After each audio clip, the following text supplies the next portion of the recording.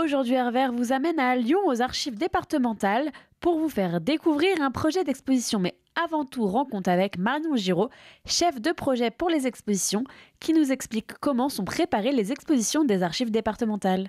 Une exposition aux archives départementales, c'est d'abord le choix d'un sujet qui est lié à l'actualité. Et une fois que le sujet a été choisi, alors avec évidemment une petite idée des documents que nous pouvons présenter lors de cette exposition, il y a toute une grosse partie qui est consacrée à la recherche des documents et à l'élaboration du synopsis. Une fois que le scénario est validé, donc à l'aide d'un comité scientifique, ce scénario est envoyé donc lors d'une consultation auprès de scénographes. Donc une fois que les scénographes, au bout d'un mois, nous ont rendu leur copie, il y a le choix de la scénographe et ensuite on commence à travailler avec les scénographes et les graphistes de l'exposition. Donc ça, c'est toute une période où c'est la rédaction des textes, c'est le mode de présentation des documents encadrés sous des vitrines, voilà.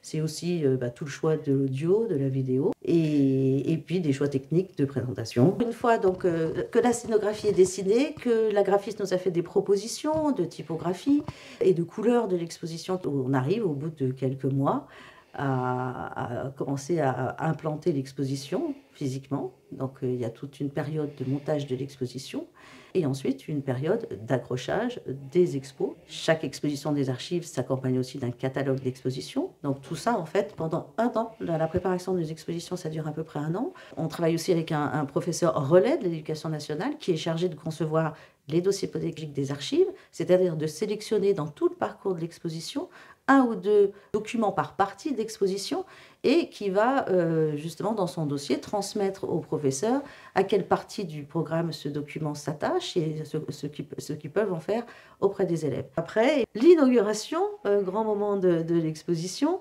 Donc une fois que l'exposition est inaugurée, eh bien cette exposition elle commence à vivre grâce aux visites. Dans les projets pas encore concrétisés des archives départementales, il y a une exposition sur le thème liberté, dont une partie aborderait la question de la liberté d'expression et l'essor des radios libres dans les années 1980. Sous l'égide du Club de la presse, journalistes et chercheurs s'attellent donc aux prémices de ce pan de l'exposition.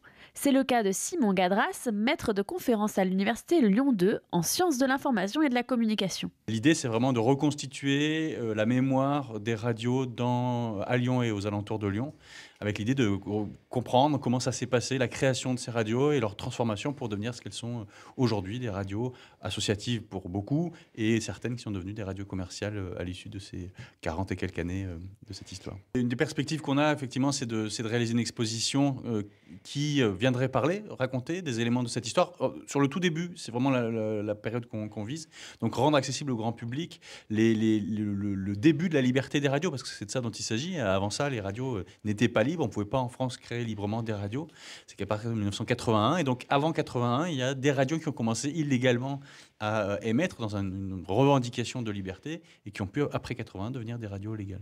Des journalistes comme Jean-François Culafros prennent aussi part au projet. Nous, ce qu'on veut, c'est mettre en avant comment l'essor des radios locales clandestines entre 77 et 81 et puis officielles, légalisées à partir de l'élection de François Mitterrand, qu'est-ce qu'elles ont apporté à la libération de la parole sur les territoires, au recueil de la parole des habitants. Ça, c'est absolument nécessaire. Comment elles ont contribué au débat public, comment elles ont contribué à élargir le spectre culturel. Il faut savoir que c'est sur les radios locales qu'a émergé une culture rock qui n'existait pas avant sur la radio nationale. Le fonds de soutien à l'expression radiophonique a failli sauter il y a quelques semaines.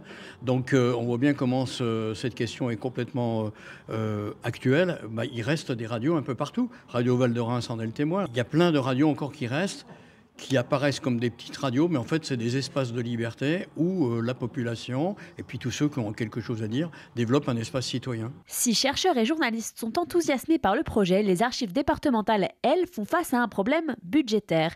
Il faudra donc attendre encore un peu avant de savoir si l'exposition pourra bien se tenir à l'automne 2025 ou bien plutôt en 2027.